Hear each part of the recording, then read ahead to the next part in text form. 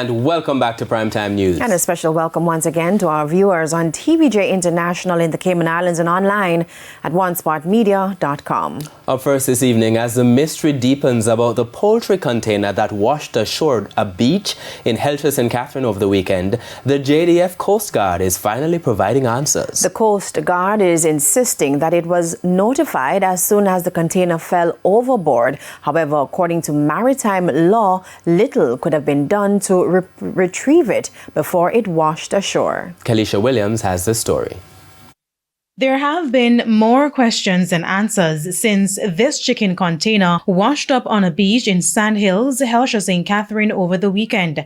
All the authorities revealed was that the ship was en route to the Cayman Islands when the container fell and warned Jamaicans not to consume the product. Now, after days of several theories, answers from the JDF Coast Guard. First, when did the container fall overboard? Once cargo vessels are entering any port or harbor or traversing in our maritime space, then they have to notify Shipping and Port Authority. Once the situation with the container developed, which is an unplanned incident, the container fell overboard on and around Friday evening.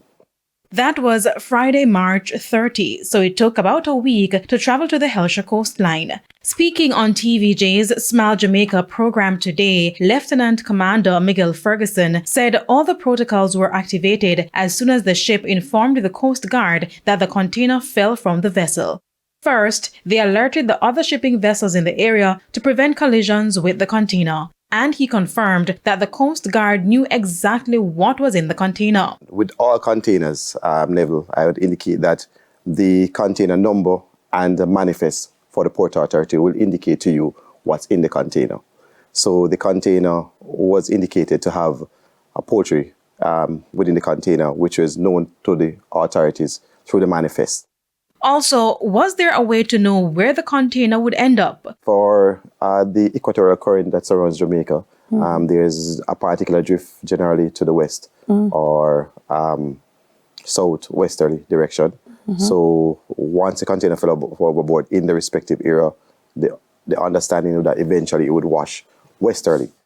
So if they knew where the container would end up, how did the residents get to the container before the authorities could secure it? Lieutenant Commander Ferguson said it is not the Coast Guard's duty to retrieve lost containers. However, in this instance, as we were doing our response mechanism, as it's unfortunate that the response of the public outpaced the relevant agency to Which is my respond question, sir. to Why? secure. But why? That's my question. It may be due to access limitations. Terrain limitation is accessing the area as quickly as possible, and as such, the response mechanism on the part of respective agencies to secure the shoreline and also the container may have been limited. he also indicated that it is not uncommon for containers to get lost at sea. In fact, hundreds are lost annually. However, it is uncommon in Jamaican waters. No, because once the container fell overboard, there is no immediate mechanism to pull the container back up on a ship. Right, because that would take heavy lifting equipment and crane, somebody to secure a container and try to pull the container to water, which in itself is a dangerous activity, especially under the weather condition that we had over the last weekend. However, there are still uncertainties about who should remove the container from the shore once it ends up here. Up to yesterday evening, it was still on the beach. Kalisha Williams, TVJ News. At a time